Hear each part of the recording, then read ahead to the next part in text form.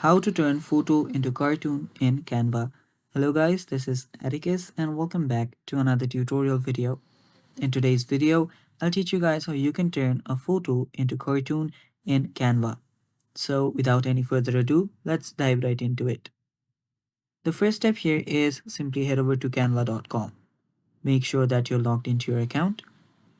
And after you've done that, you will need to head over to this whiteboard option.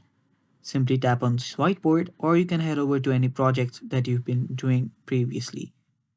After you create a new project or head over to that new project, you'll first need to import a picture. To do that, simply head over to this uploads option and then import a picture here. After you do that, you can tap on that picture and it will just come up here. Now, what you'll need to do is to cartoonify or to change this into cartoon, you'll simply need to scroll down on this left hand side, and on this bottom you should find the cartoonify effect. Now it's loading for now, so just wait till it loads, and there you see the cartoonify effect.